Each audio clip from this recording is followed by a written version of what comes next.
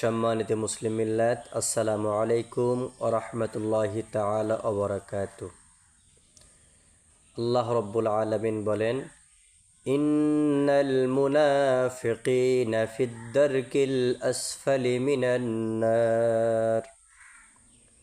অর্থ, আল্লাহ রাব্বুল আলামিন বলেন, নিশ্চয়ই মুনাফিকরা জাহান্নামের নিম্ন স্তরে অবস্থান করবে। এখন আমরা জানব মুনাফিক কারা। যার মধ্যে তিনটে আলামত থাকবে সে হচ্ছে মুনাফিক। এক নম্বর হচ্ছে কথা বলে, মিথ্যা বলে। দুই নম্বর হচ্ছে ওয়াদা করে, তা ভঙ্গ করে। তিন নম্বর হচ্ছে আমানত রাখা হয়, তা খেয়ানত করে।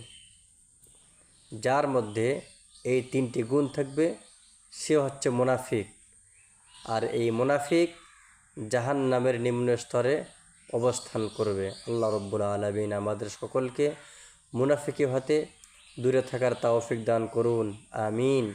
আসসালামু আলাইকুম ওয়া রাহমাতুল্লাহি তাআলা ওয়া বারাকাতুহু।